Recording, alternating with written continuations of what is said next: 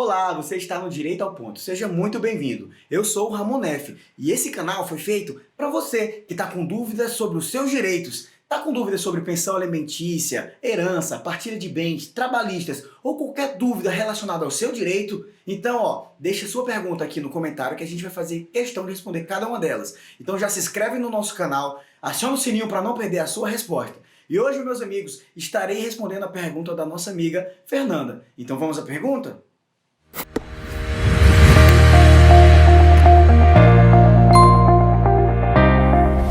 E a pergunta dela é a seguinte: Neff, eu morava com meu esposo na casa que era de minha mãe. Ela morreu, a casa continua no nome dela, porém eu continuei morando na casa. Passaram-se alguns anos, resolvi me separar.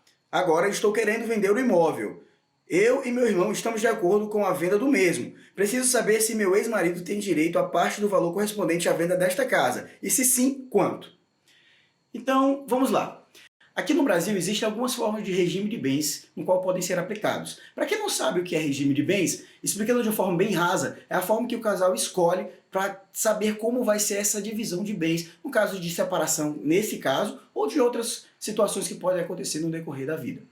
O Código Civil de 2002, em seus artigos 1639 a 1652, regula alguns regimes de bens. Dentre eles estão comunhão parcial de bens, comunhão universal de bens, separação de bens, participação final nos aquestos. E ainda é possível a possibilidade do pacto antinupcial, ou pré-nupcial, como assim prefira chamar. Em regra, aqui no Brasil, se você não optar por um regime de bens, automaticamente será adotado o regime de comunhão parcial de bens. O que significa esse regime de comunhão parcial de bens? Significa que todos os bens que foram construídos durante o matrimônio serão divididos, todos aqueles bens comuns. Existem exceções, como a herança, por exemplo, mas eu não vou aprofundar esse mérito. Seguindo essa ideia, nós temos também o regime de comunhão universal de bens, o que significa que todos os bens do casal se comunicam, ou seja, tanto os bens antes do casamento quanto os bens que são construídos juntos no casamento serão divididos entre o casal. Essa é comunhão universal de bens. Ainda temos a possibilidade de separação total de bens. O nome já é bem explicativo. É separação total de bens, ou seja, nenhum bem do casal se comunica. O que é de um continuará sendo de um, o que é de outro continuará sendo do outro. Basicamente, essa é a separação total de bens. Existem alguns casos que esse regime é obrigatório. Não vou entrar nesse mérito, mas se você tiver curiosidade, você pode perguntar nos comentários. Responderei com o maior prazer.